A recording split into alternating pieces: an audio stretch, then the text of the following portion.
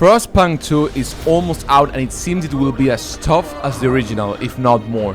So to celebrate it, I wanted to try and see if I can survive 100 days in Frostpunk's desolate tundra without turning into an autocrat and build a prosperous and stable city that could house as many people as possible.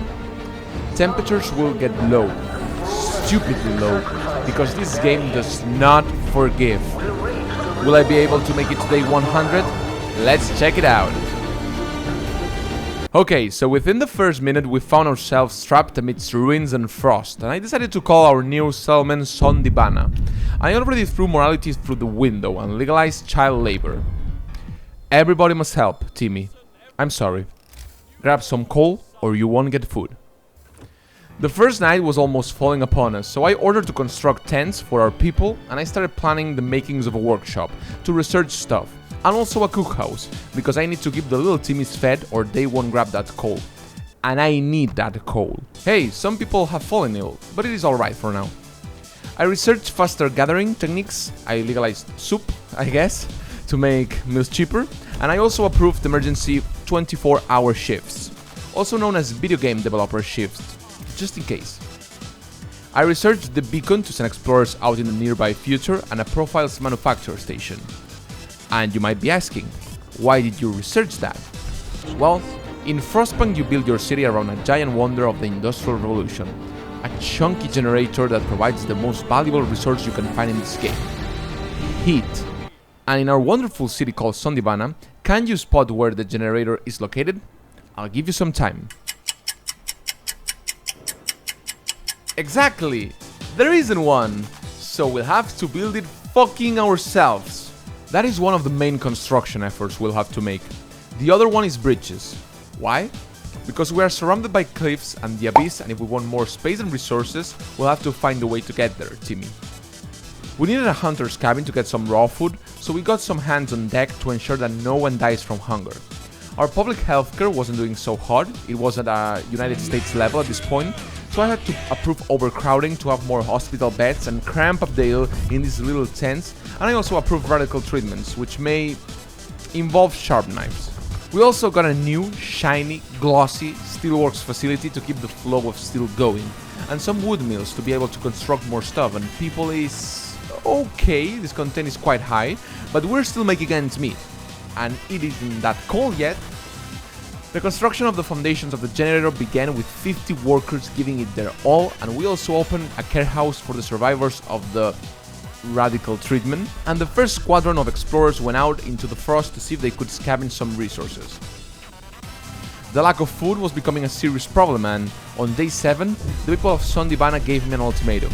Either I did something, or they would make sure I vanished from existence. But what could I do? There wasn't much food anywhere, so where could I find it? How could I lower discontent? Yes, that's it. We are building a gladiators arena. Okay, that helped a little bit, but the food problem still persists.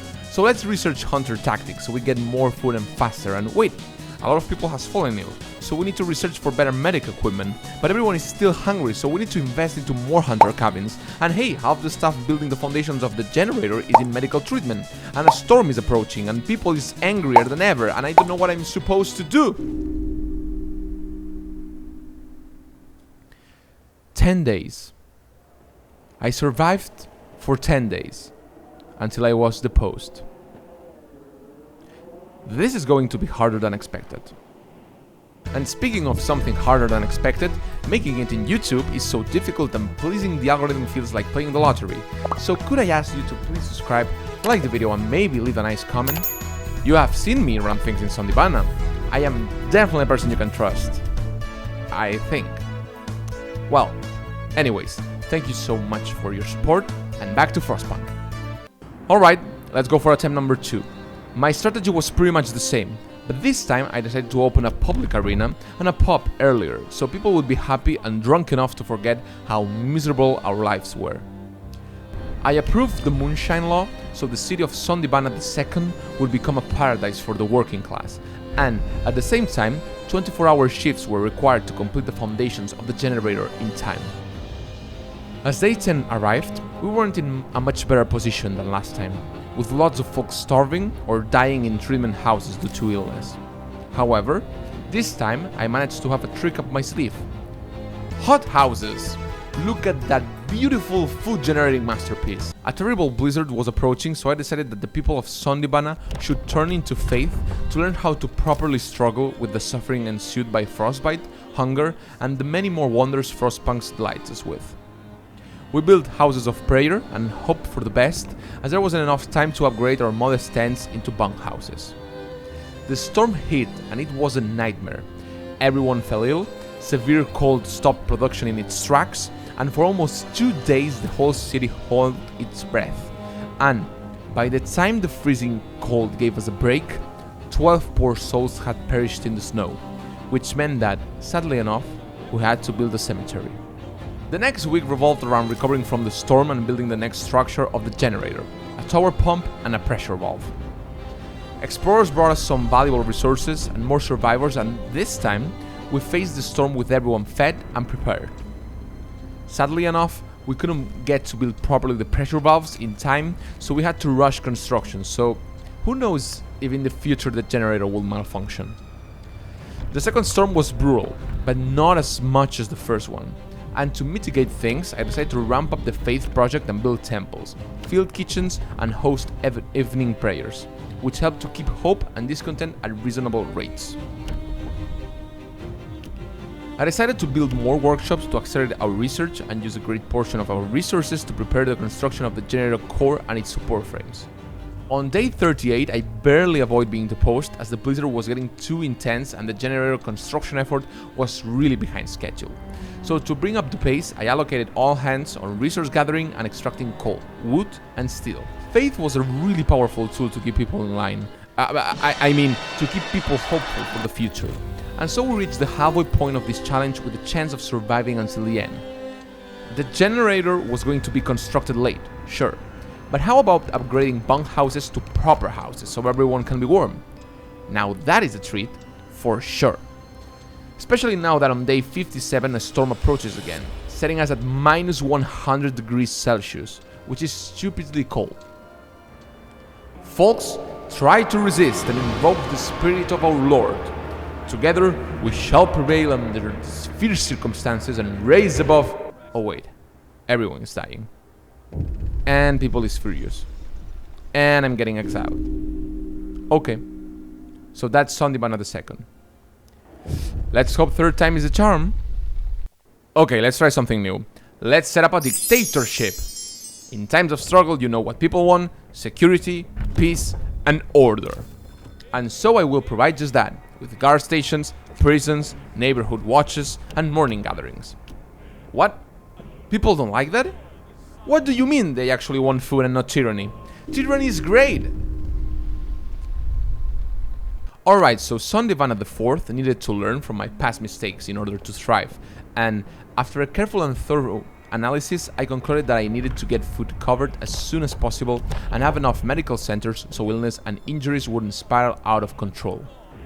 I set up the city as usual with a special focus on these two aspects, and although it was as harsh and freezing as ever, I managed to do just fine, and on day 30, something unexpected happened. My explorers found other settlements that we could begin communications with, and so we started an exchange program of workers and resources, and while I had to spare occasional materials I needed desperately, I thought it was worth it as I could get food shipments that would drastically improve the situation on Sondibana IV. The other new unexpected thing that happened were hazards, random occurrences where for a period of time steel couldn't be gathered as fast, or food was partially rotten and I had to toss a percentage of my stockpile, etc. The city managed to barely survive without having to resort to, radical measures. But the construction of the generator was running late, and on day 60 discontent was so hard to keep on an acceptable rate that I ended up being deposed anyways. It was on this attempt that I learned something. On the halfway point of the challenge, day 50, temperatures get so low that you need the generator to be built or you will eventually lose no matter what you do. And so, I set up myself for my 5th try. Alright, this is it. Time to make or break this challenge. Sondibana V had just been founded, and I decided I needed to stop screwing around. Child labor legalized. Bridges built as soon as possible. Research and explorers, get them ASAP. I tried to balance by any means necessary the resource distribution and pushing the people of Sondibana to an acceptable limit, as making mistakes in Frostpunk often spiral out of control in the late game. As the first storm arrived on day 10, I felt confident as I had already 2 explorer units roaming around, various bridges built, and the foundations of the generator already constructed. Proof of it was that no one died during the first blizzard, so I kept working with this strategy in mind, and I also decided that faith was better than fascism, and so I started building churches, chapels, and doing sermons and stuff. I also found really early other settlements thanks to the additional explorers I had, so that permitted us to begin trading immediately, and partially solve the food crisis we were facing. I also made sure to construct bunk houses as soon as possible to keep Frostbite at bay, since tents were doing that much at this point of the game. Construction of the tower pumps was finished 5 days before the next storm would hit us, so that gave me precious time to gather resources for the next step and, at the same time, improve the situation of the citizens by upgrading everyone to bunk houses, constructing more shrines and field kitchens and also hot houses to make sure we got a stable food supply. However, even though our situation in Sondibana V was far better than its predecessors, some critical voices started to rise as I approved the construction of a temple and the creation of the Faith Keepers to ensure faith led inevitably to peace and order. I also approved the righteous denunciation law, which permitted citizens to give valuable information to the Faith Keepers so they could persecute wrongdoers who threatened the values of Sondibana V. I was tempted, as head of the church, to allow public penances to assure that the people's hope on Sondibana would be vigorous and stable, but after pondering it for a while, I decided to refuse to pass the law. For now. As the third blizzard passed on day 38, construction on the core of the generator began immediately, and thanks to the efforts of the church, hope was higher than ever. The medical facilities of Sondibana finally could absorb all the ill citizens and treat them properly, and soon enough, I hoped we could build houses for every one of them, and on day 45, that dream was a reality. Only one step was left to have the generator up and running, building 2 thermal halls. To get them built before the next terrible blizzard hit, workers had to do 24-hour shifts in order to complete it, and even though some of them weren't happy about it, most of them were righteous believers who knew that this was his plan to make us not only survive, but thrive under the glorious holy city of Sondibana V. And anyone who didn't want to put their faith and effort on the generator would have a lovely chat with the Faith Keepers. And just like that, the generator was constructed on day 45, just before the storm hit. To celebrate, street lamps were built around the city to push darkness away from our streets and our hearts as well. The temple had a massive ceremony, and the generator was activated for the first time, and at the same time, advanced machinery was finally refined to ensure that we could get as much coal, iron and wood as possible. Things were looking good on Sondibana V, but the generator demanded more and more coal as we began the process of upgrading it to ensure everyone would feel its holy warmth. We also helped our brothers and sisters from the other settlements if they converted to our faith, and those who didn't were claimed by the deadly cold. Automatons were built by faithful engineers to keep the flow of coal running, and even though there were days in which we couldn't have the generator running at full capacity, overall the citizens were relieved to have left the dangers of frostbite behind.